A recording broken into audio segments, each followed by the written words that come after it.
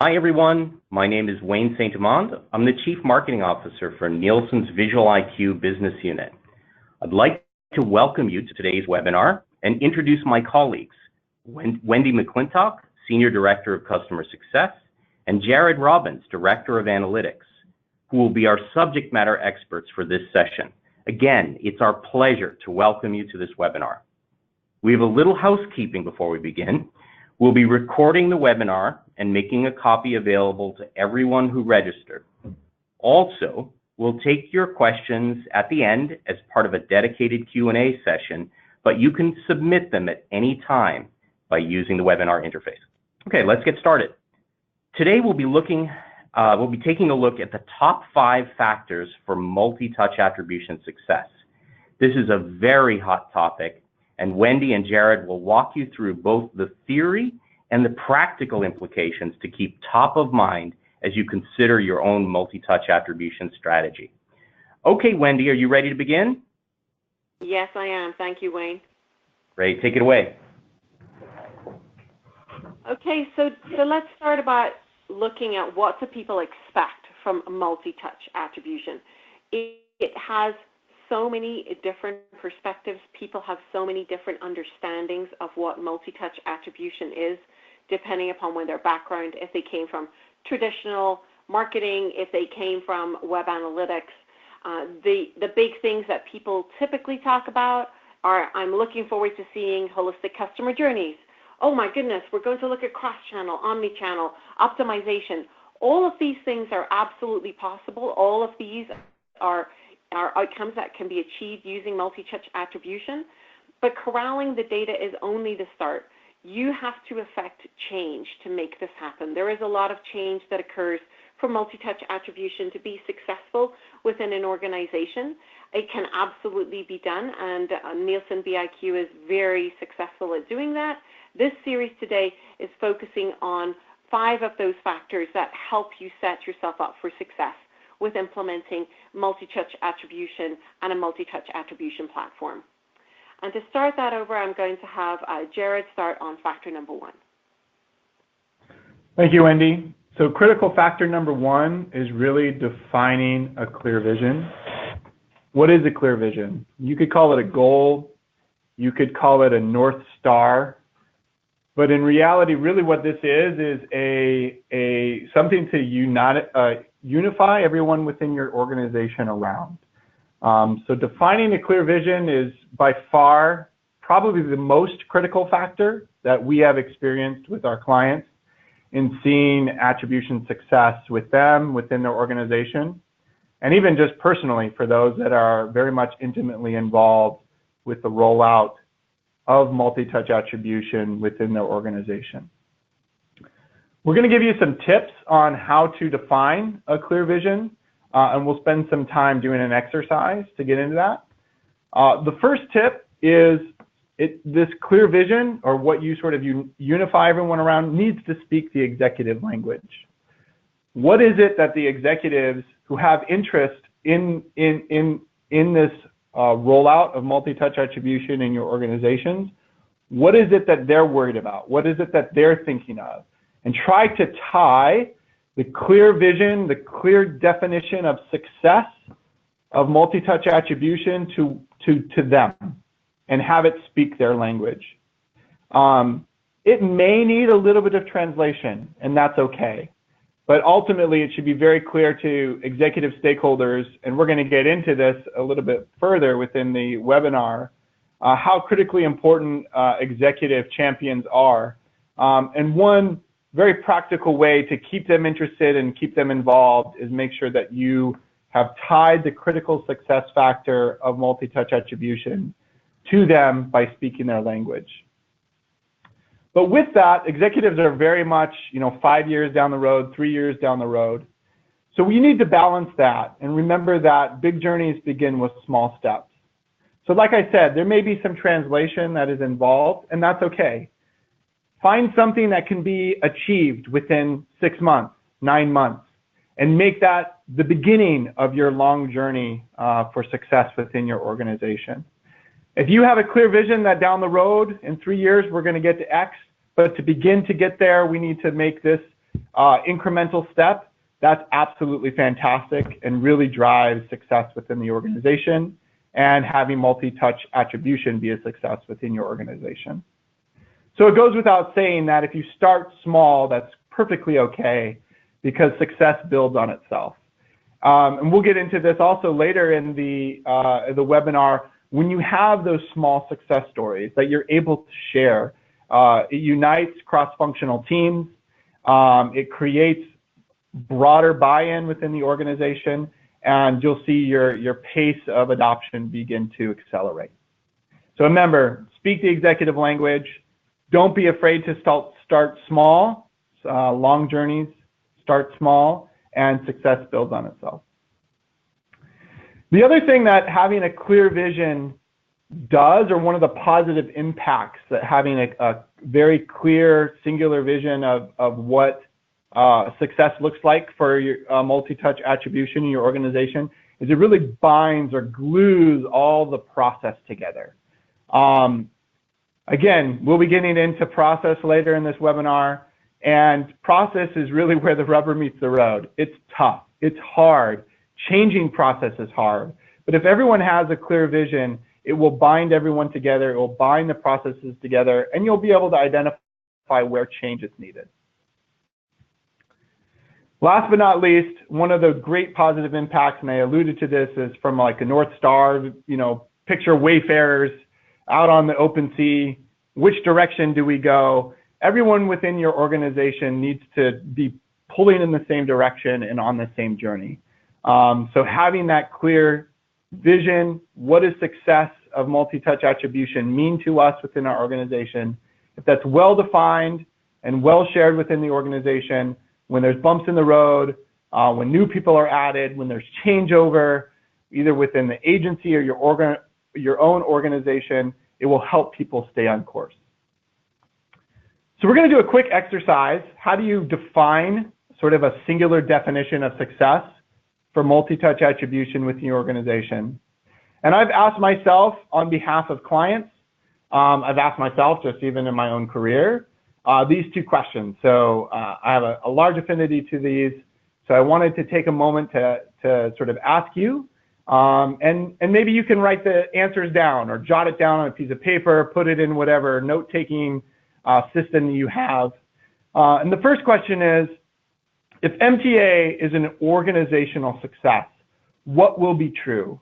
Sort of what is not true today, and then if multi-touch attribution is a success within your organization, what will be true? Take a couple moments, I'll give you a couple moments, define that, write it down, think about it, and then we'll move on to the next question.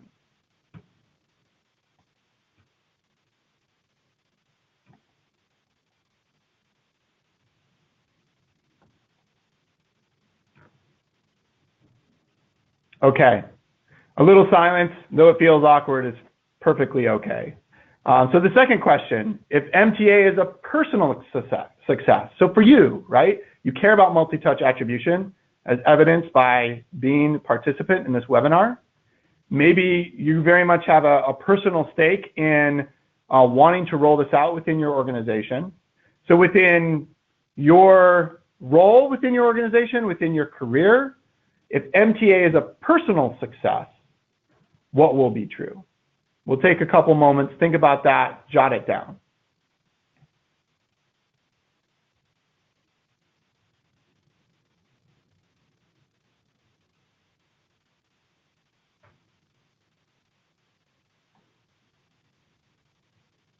Okay, fantastic. So now the question is, do any of the answers, and you might have had multiple, and that's okay, of these two questions have anything in common? And if they do, I think you've identified the focus or the definition of success for attribution in your company. Why? Well, it will have positive impact on your organization, but then you, as a person who is a change agent within your organization, personally invested in it also will be a success for you. So it's a win-win. And so I would use that, whatever that sort of thread of commonality is, use that to broadcast and to align and tie attribution to your organization. If you're like me, when you take a moment to pause and reflect on these things, your brain starts going, okay, what about this process? What about this person? I need to make this change. So let me just give you another moment. If any of those things started flying into your brain about things that you need to do, people you need to talk to as a result of doing this exercise, I'll give you another 10 seconds to kind of jot those down. So go ahead.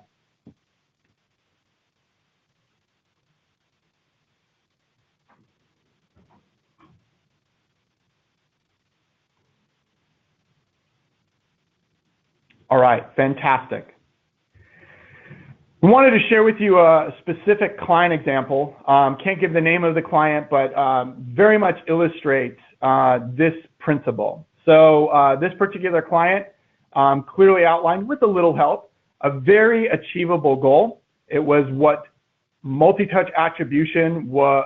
It was the definition of whether multi-touch attribution would be a success within this organization. A little color around who this client was. They were a B2B, large enterprise software and solution provider.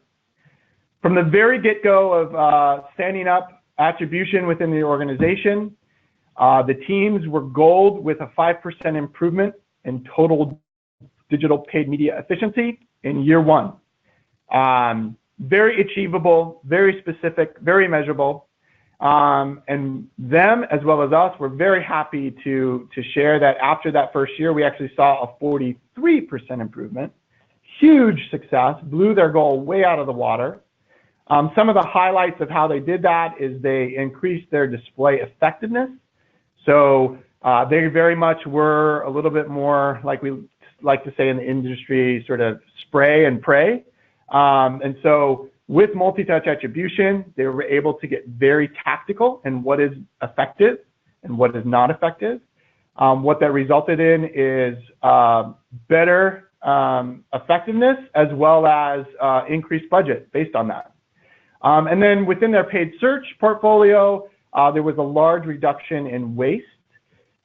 This was due to the fact that they are a very large organization, very much in lead generation. And so over the course of years, there was a lot of just very, I would say, not that specific sort of keywords that were ended up in their portfolio. And multi-touch attribution gave them the confidence to say, you know what, these keywords are not doing anything for us. Let's get rid of them. And they saw great improvements in efficiency within their paid search program. So again, none of that would have been possible if they didn't have this goal from the very beginning. We need to improve paid media efficiency in year one. We need to do it by 5%. And so that set everyone on the course of accomplishing that. And they blew their goal out of the water, which is fantastic.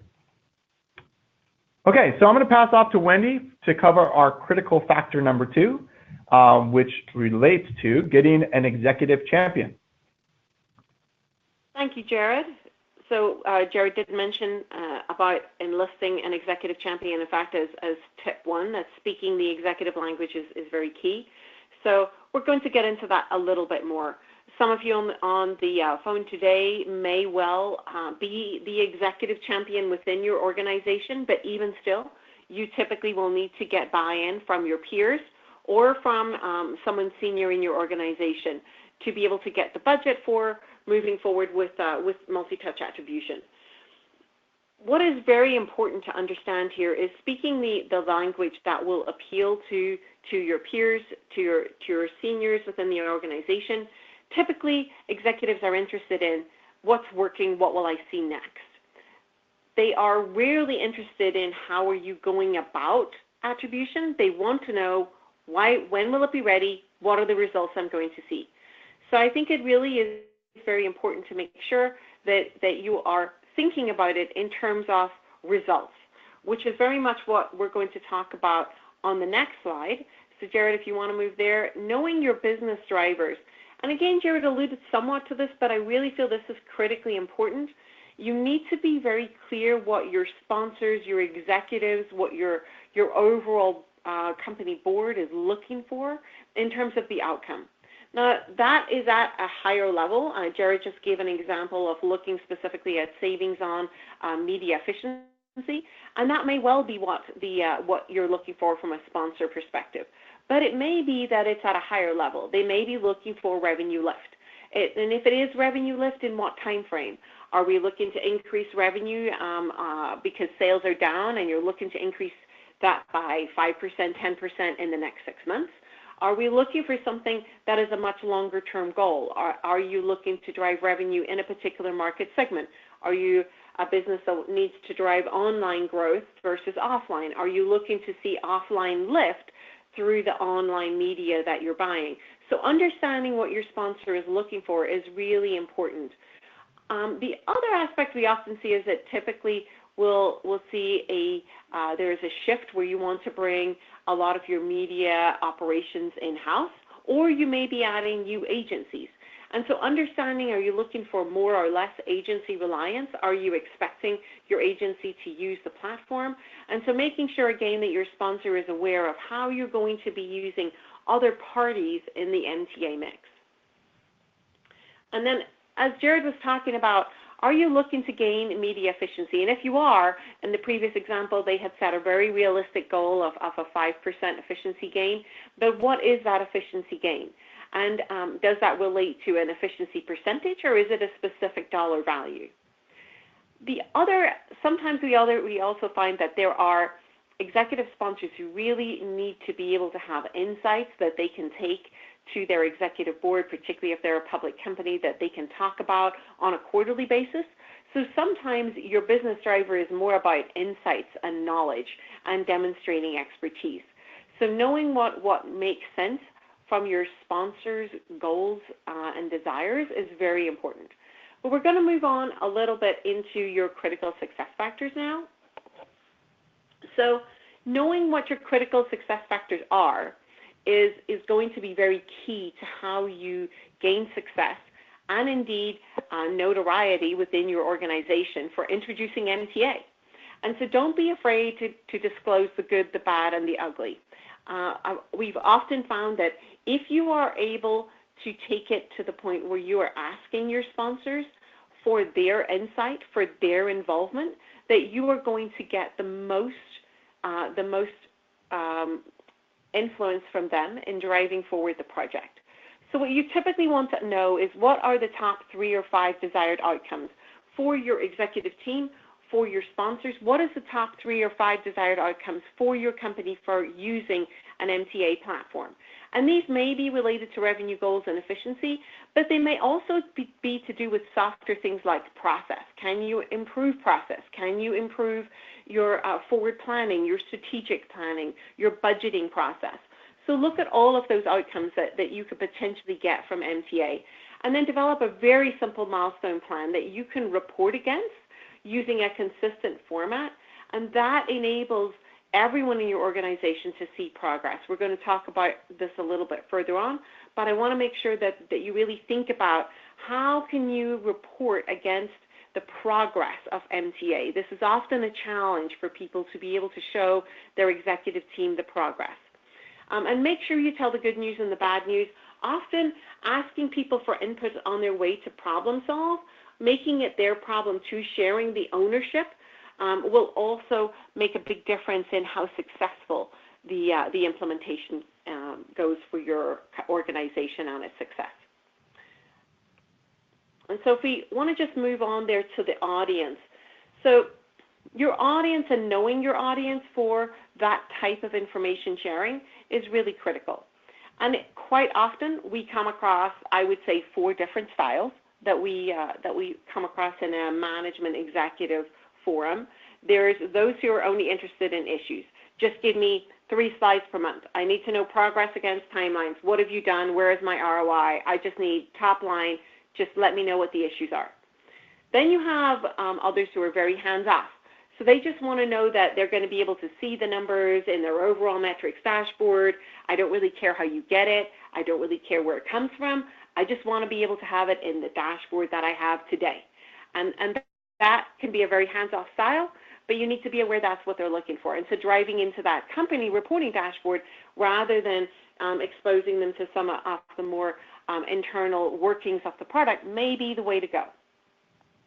Sometimes you have a very hands-on executive, someone who really wants to get into the platform themselves, depending upon the platform you use. Definitely with the Nielsen Visual IQ platform, we have an executive dashboard that gives them a summary view that they can utilize and go into, but definitely making sure that you give access to those executives who want to be hands-on, and you show them where they can go to see changes, where they can go and see the campaign goals, the improvements.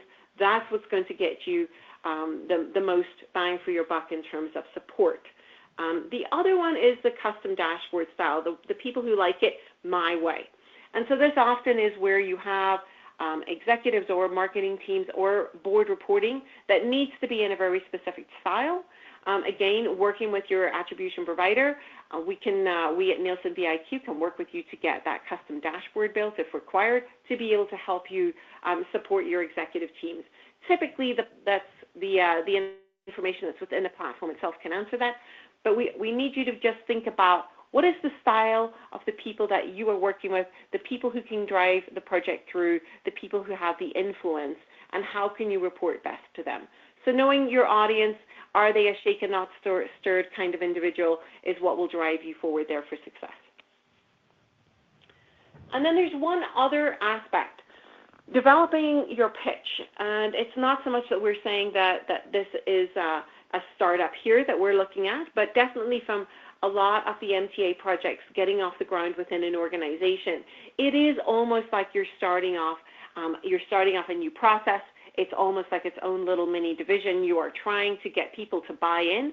So if you approach it from the perspective of who are the investors that I need to get interested in my MTA implementation, if you can succinctly state what will your company get from using Nielsen Visual IQ, that will make a big difference. If you have that kind of elevator pitch, that 10, 20 seconds, 3-line way of saying this is what we expect to get from attribution and how far we are forward with it, ideally basing it off your executives' expected outcomes, this will definitely drive things forward for you.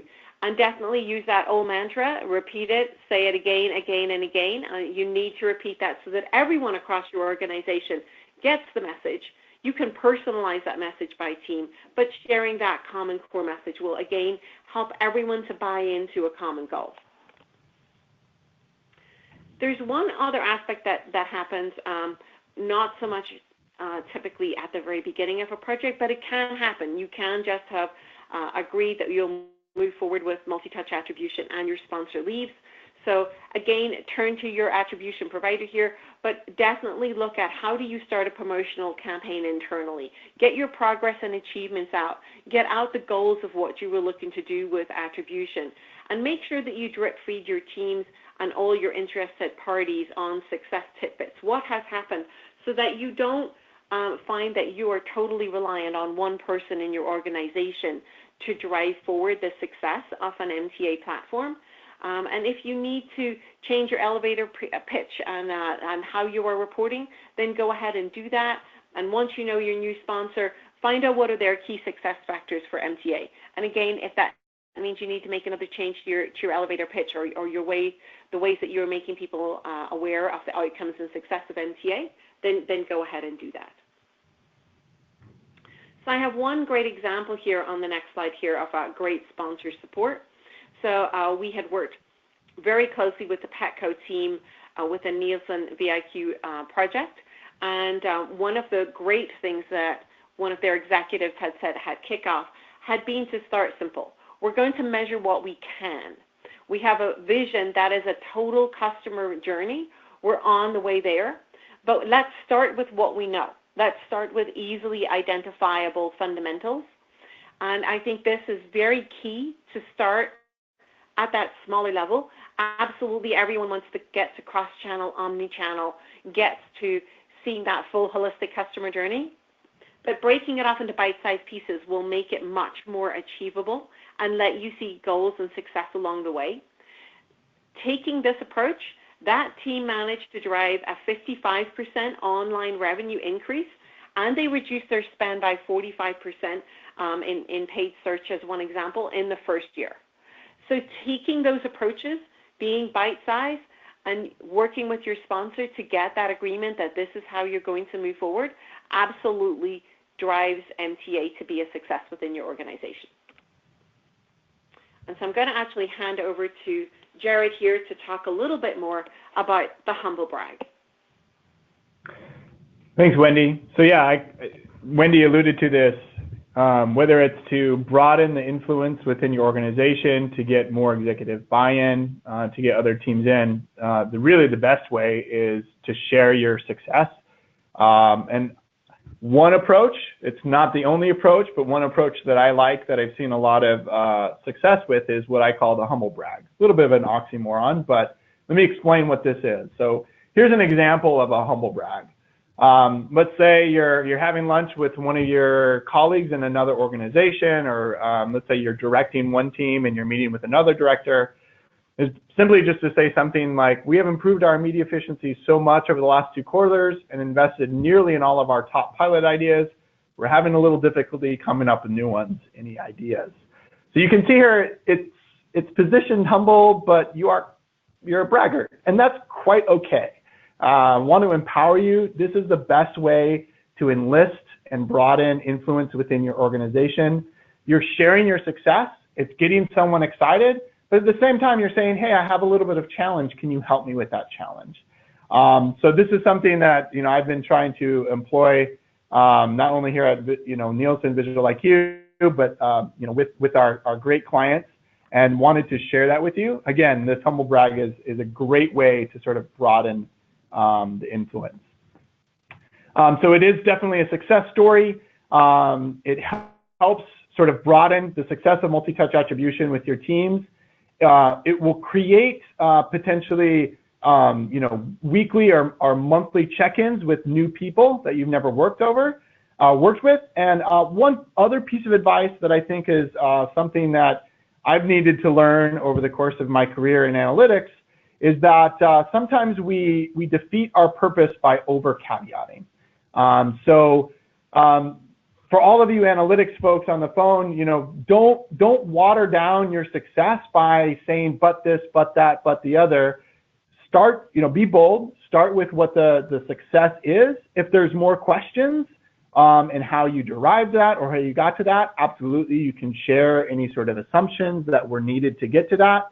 But don't start with those. And certainly essentially don't over-caveat, because at the end of the day, what is heard is all the caveats, and the ultimate success story that should be taken away is missed. So just a practical tip there. Wendy's going to walk through an example of this. Thanks, Jared. So yes, this is an actual client example. This was actually a client presented slide to their executive team that they utilized within their first year of using MTA for their retail business. And so this was online and offline sales together. And so this was really where they looked at how can we take the impact that we are seeing from the online media appearing within an offline customer journey.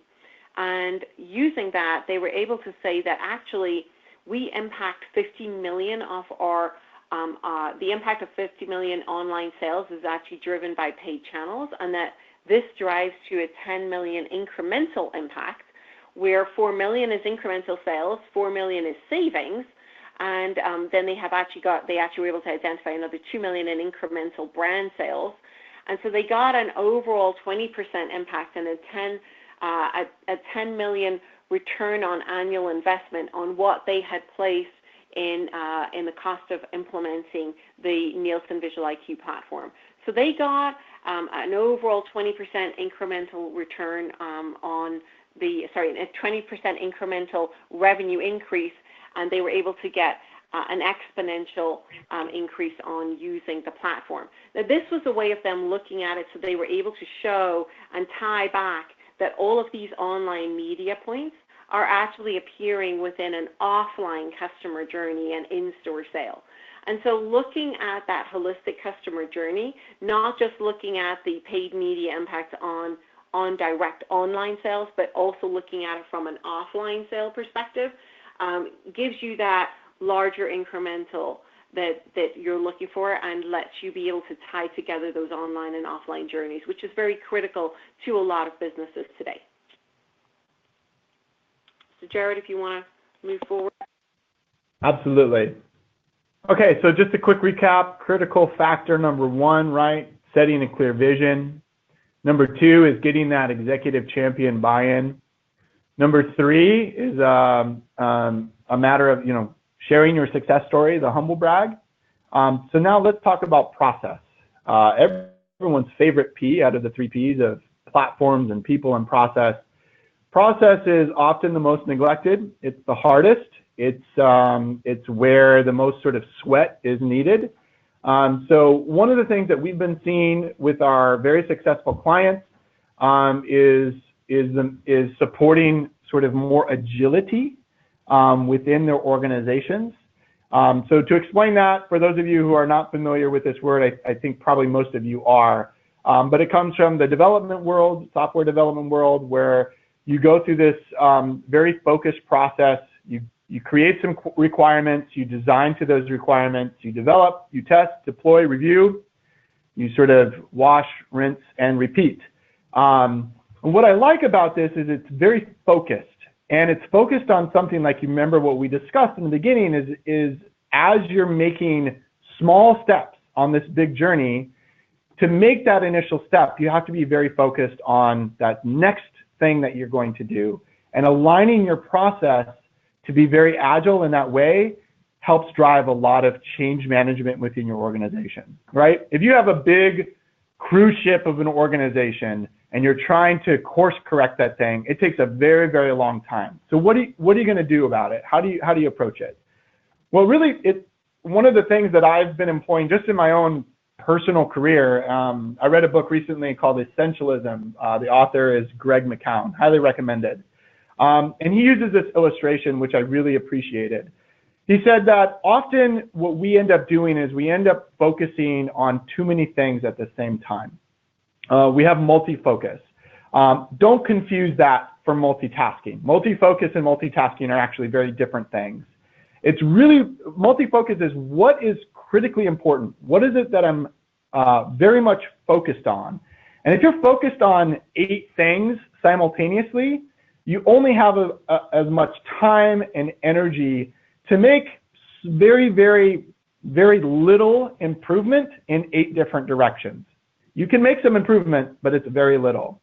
If you were to package up all of your energy and time for a short period of time and focus on a singular thing, you would make 8 times as much improvement on that singular thing, and then be able to move on to the next aspect that you're going to focus on.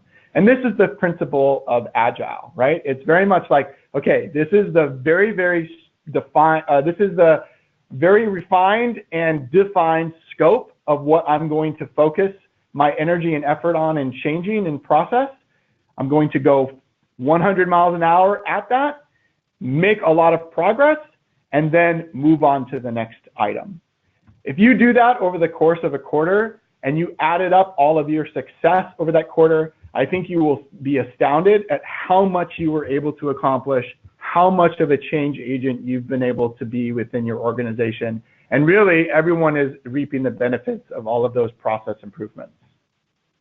So some keys to agility, I would say review, or if you haven't even defined, define what is your organization's current marketing and measurement framework.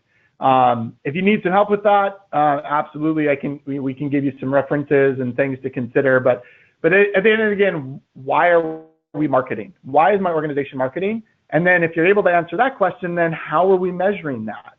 And that's obviously where MTA comes into fit. Another great sort of mechanism to be very agile is to solicit ideas on a regular basis.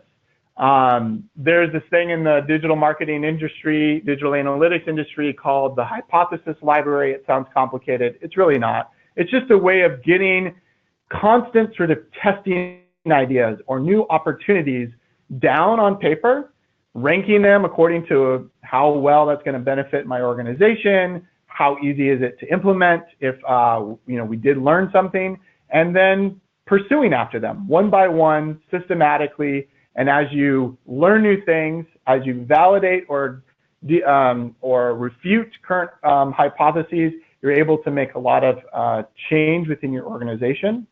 And then one thing that I would highly recommend, and this is not easy, is capture metadata. How do we, as we're going forward in time and we make changes, capturing the fact that that change was made so that it can always be tied to any success or potentially detriment within the organization. So figure out a way to capture that metadata around the different changes in your process so that you're able to tie back the results to it. Wendy's going to walk through some process basics related to this. Yeah, so one of the other areas here is that whenever you're looking at agility and you're looking at the data, we can't forget about the people. We're going to talk about that a little bit more again here in a moment.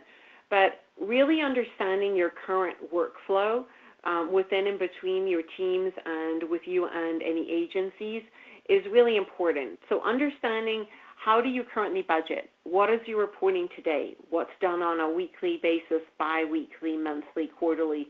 And then understanding how do you optimize today? What's the frequency of optimization for each of your different media channels or particular business units?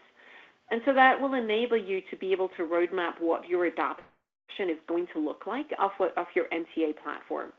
Understanding who needs to be part of your initial stand-up, who actually are your channel owners, who owns the budget today, who can affect a budget change or a cross-channel budget change.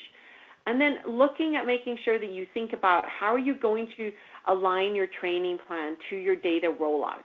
It may not be that you are standing up all of your channels initially in your MTA platform. You might start with your largest budgetary channels, such as search and display. You may then want to look at how are you going to develop that communication plan based on some of your earlier thoughts around your executive communication. What is your communication plan going to be to your executive? And then how are you going to socialize this across your organization? These are all part of the process pieces that you want to think about, that you will be able to utilize to drive the success and the agility of the implementation. And so taking it from there, we're going to move on to our critical factor number 5, which is about motivating your people. So Jared, thank you. For every $1 spent on analytics platforms, it is said that $9 should be spent on your people to extract the insights from those platforms. And so this is really to give you a scope of the influence that people will have on the success of your implementation. Choosing the best platform is absolutely factor number 1. But then how you motivate your people to drive forward utilizing that platform is what's really going to set you apart in terms of driving success from MTA. If we want to move to the next slide, thank you.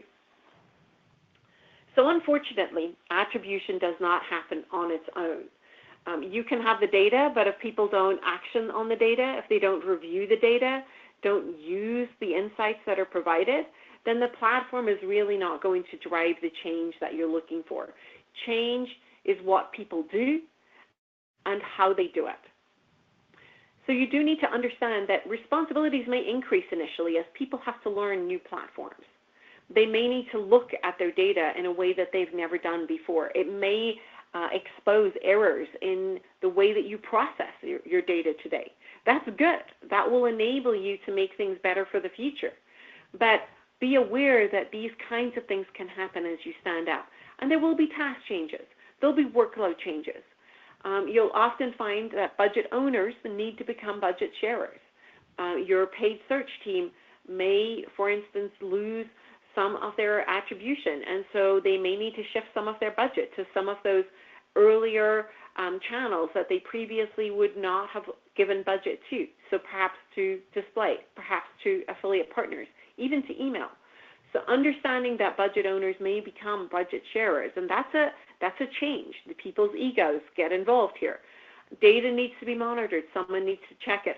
All of these can be done by identifying what are the roles that people are going to play, well, how are those roles and responsibilities going to change, but making you aware that people make that change. If we move to the next slide. technology makes it possible, our people make it happen. And this is very true where attribution is concerned. The people are the ones who will take the information and drive the results forward. Attribution is, multi-touch attribution in particular, is a great enabler to get you ready for the greatest success, to get you ready for revenue increases, efficiency gains, but your people are what is going to make it happen. So how do you get people to be motivated about attribution? And I think that the key thing here is really stepping back and pretending you are that person. Put yourself in those people's shoes, in that department's shoes, in that specific business unit's shoes. What is in it for me? Because that's what motivates people. There's really 4 things that typically people are looking for that will make them motivate. If they understand that they are building their knowledge, that they are increasing their relevance in the business, that being relevant is something that's often a great motivator. If you're opening doors of opportunity, if they can see that adopting MTA and driving it forward actually may accelerate their chances for advancement because it's going to hit their goals for the year. Perhaps they have a bonus. If this can help them drive forward on their bonus, they're absolutely going to drive forward with this. Attribution also impacts budget. So being mindful that you need to provide security and stability with the change, people need to have a future vision. So balancing the new with the past is really critical. It is important that jobs will change, roles will change. And so people need to be aware that this is going to drive to a bigger future, a better future for them. And that will definitely get people to get that buy-in and drive forward the project for you without you having to chivvy them every step of the way. And then the other one is really, the last one is increasing their impact. Making sure that they're aware that their involvement is going to drive change in the business. And then acknowledge their involvement.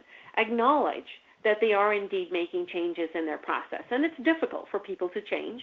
And so making sure that you make that acknowledgement of each of the individuals in your project and their contribution to the success is again a really critical part of this. And getting that buy-in will help you get through any difficult times and celebrate when you have those great successes. So there are 3 basics that you need from a people perspective. We talked quite a bit about a sponsor up front who is going to be high enough, invested enough to enforce change across those teams and departments. The other 2 roles that are often very important is making sure you have a project manager or someone who is allocated to the implementation, at least the early phases, to chase the pieces needed to keep it moving. Adding this onto someone's role when they already have a full plate makes the implementation go much slower. So ensuring that if possible you can have someone who is at least part-time dedicated to the project, and that this is a person empowered to request other teams to take action, other teams to deliver to the project plans that you'll have in place from your MTA provider, absolutely makes a huge difference in the success and the speed of the stand-up and the speed of obtaining results. So highly recommend that you have a project manager assigned. Another person that will make a big difference is for you to identify an evangelist, someone who really views attribution as something that will change the world for your organization. These can be at any level in the organization, but someone who has passion, someone who can see the future and can speak to that, has an enthusiasm, will absolutely be the kind of person that will make the project move forward and can be used to help you get others involved and see where the project could lead. So definitely looking at these 3 roles as you go to start any kind of a major multi-touch attribution project is something that we would highly recommend. And so one example of this is a global technology provider client. They actually assigned a half-time project manager for the first year. And we had a sponsor who had a vision and had assigned someone to own the company's attribution roadmap, and so worked with us to develop what their roadmap would look like. They actually developed a roadmap that looked 5 years out. So they actually looked at year 1, year 2, year 3, year 4, year 5, And they developed a process internally to share monthly success. And they promoted not just the data wins, but they promoted the people who had been involved in those data wins. In the first year, they certified over 100 users on the Nielsen Visual IQ platform. And in fact, they went ahead and developed their own support microsite that was created by the users, where they actually shared what they were doing, their processes, what they had set up within the platform. If you've used the Nielsen Visual IQ platform, utilizing their optimization scenarios and sharing them, using that information. So they actually developed effectively their own little community that enabled this to be adopted on a global basis. And so this particular global technology provider is in over 100 countries on a global basis, and we were utilizing the platform with them on that overall global marketplace. One last quote here from one of our other clients, Sallie Mae. The key to adoption in an organization is to make attribution relatable and personal. We proactively bring insights and recommendations about key stakeholder initiatives that can only be found from the Nielsen VIQ data. This results in a meaningful connection and a success story which is evangelized by new advocates throughout the business.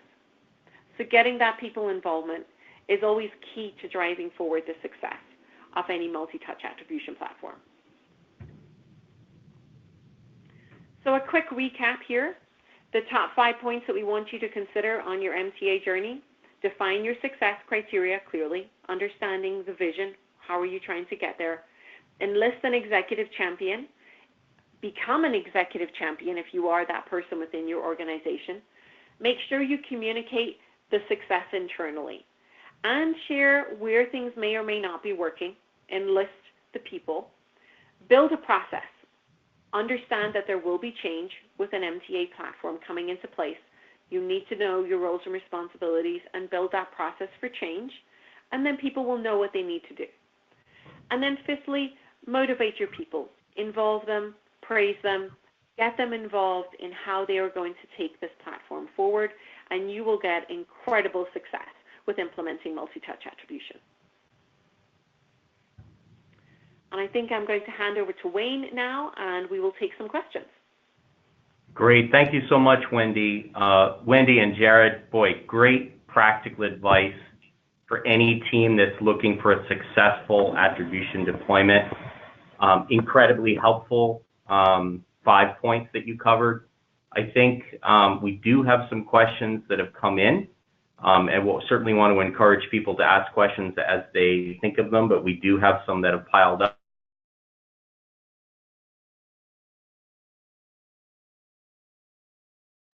And I think this kind of goes without saying in most within the digital marketing community, sort of understand that certain digital channels play certain roles within the prospect journey to being a customer.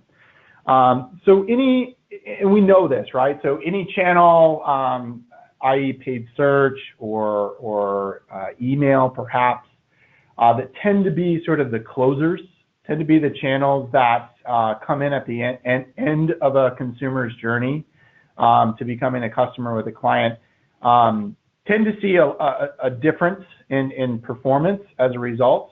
And so in some cases that creates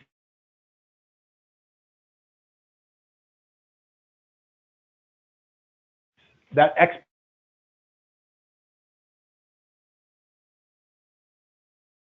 was that there's no need to be fearful, and that even within paid search, as an example, I once was a paid search manager myself. There's keywords in the portfolio that are being undercredited because they are very much mid-funnel, and other keywords within the portfolio, i.e. branded keywords, that are getting all of the credit. And paid search managers know that, and they've made adjustments. MTA is just going to be able to make that communication so much easier and benefit the organization as a whole. So I would say stick to the principles that we've advised. I would say expect that there may be some hesitancy on some of those lower funnel channels, but overall we've seen everyone in every channel represented at organizations see a lot of success. Thank you, Jared. This next question, I think, Wendy, is probably a good fit for you. I know you covered some of this, but maybe you can go a little deeper.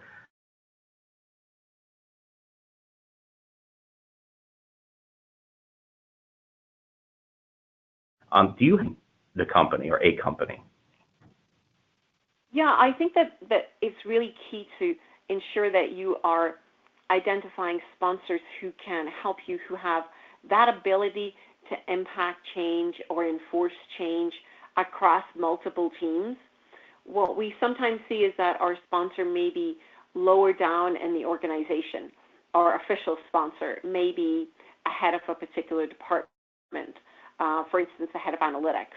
And that's a great sponsor to have, but you will often need a higher level executive sponsor who can affect change across multi-departments, making sure that you're able to influence and drive insights and change in processes potentially as varied as with your finance department, with your media operations, with all of your media budget and channel managers, with whoever owns your agency relationships, key vendor relationships. So making sure that you are identifying, even if they are not someone who signs on the dotted line, but who will be your executive sponsor that will help drive that change for you across the organization, potentially even with departments that are either reluctant to change or do not yet see the value that attribution can bring within your organization and how it might impact their department. They may see it as only, for instance, an analytic reporting tool, when in fact it's so much more and can bring so much more value. So ensuring that you really look at what is your business trying to achieve at the highest level, and who has the most to gain from using multi-touch attribution and can get that message and help drive that forward for you, driving that change at the highest level in the organization.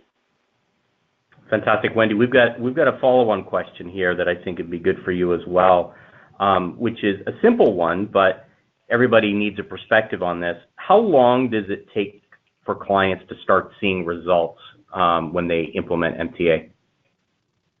Excellent question. Excellent question. Yeah, so it is definitely worth setting expectations up front. I actually shared a quote from one of our executives at Petco who had worked with us on this and had a very realistic way of looking at how we should implement. They had definitely said, let's start with the smaller pieces. Let's learn as we go. Let's look at the goal of wanting to understand a holistic customer journey, but let's start with the pieces we can drive forward first. And Jared had talked about some things in answering one of the earlier questions here about looking at specific keywords, looking at, for instance, frequency capping within display, looking at some smaller areas that will enable you to show quick results in some areas that will help you get a success story that you can then share with the broader organization. And know that you will be building those blocks of success that will take you forward. So absolutely, I expect that you'll see success. If you go in bite-sized pieces, within a matter of just a few months, you will be able to see success. To see the kinds of success that we have seen with organizations, it will take that full 9 months, year, or even longer, depending upon the complexity of the goals and the shift that you're making. But you should, using bite-sized ways of looking at the data, you should be able to see some changes coming very quickly after implementation. Fantastic. Thank you, Wendy. This question is, I think, a good follow-on to the answer that Wendy just provided. Jared, maybe you can take this one, which is, what's the best way to get that small win to start so that people can drive adoption and excitement among team members? I think I would go back to the presentation, right? It's finding that singular focus to identify and then make 8 feet of change on that one thing in an agile way. So it's going to be different at most companies, right? There is no one answer to this question. Yeah, no, I agree. And I would say there's some consistencies across the organization that it takes a person who's going to dig in, right? I am famous at my clients to say that the devil is in the details. You do need to dig in. You need to spend some time to dig into the data So I think that's one fantastic way. But then again, it's a matter of focus. You know, having a focus, having a hypothesis, and going after validating that hypothesis. Even if you validate something that's or sort of invalidate something that's been a long-held belief within the organization, simply within the customer journey. So I just mentioned like paid search tending to be a closer. Maybe that's not the case with your marketing mix. And so being able to simply just look at some of the customer journey reporting and report out like, hey, we've long held this belief. Turns out that that's not the case. That's a huge win. That's a huge success that you can share within your organization, even if it doesn't have any dollars or cents associated with it. Fantastic. Wendy, I think this one is a great one for you, given your role and focus on customer success. This person is asking, what type of support should we expect from an MTA provider? Yeah, this is a great question. It depends a lot on your internal organization and how you are set up. But an MTA provider such as Nielsen VIQ can definitely act in a consultative role. We're able to give you direction and guidance. We'll definitely facilitate as you go to stand up your MTA platform within your organization. Turn to your MTA provider for us to be able to provide you with best practices, helping you with identifying those processes that need to be changed. We're obviously platform experts, and with an organization like Nielsen Visual IQ and working with a team such as Jared's in analytics, we can definitely bring insights into how to utilize the platform, how to help you use the platform to drive answers to your biggest business questions. So typically we'll want to work with you on what are your business questions, and then identify what is the best way to work with you from a reporting cadence. Some of our clients require much more hand-holding and support initially, but then become very self-sufficient very quickly. Typically, we'll see that there is a lot of upfront involvement from the customer success team in the upfront, along with our implementation team, and then it becomes much more about how are you going to use the platform to drive the greatest success. And so it can be a little variable, but definitely the customer success team is available to help you to drive forward to meet those goals that you had worked out with your executive sponsor initially. Okay, great. Thank you, Wendy. We have reached the end of our time for our webinar today. So on behalf of Wendy and Jared and everyone here at Nielsen Visual IQ, we want to thank you for listening and taking part and for great questions. Have a great day.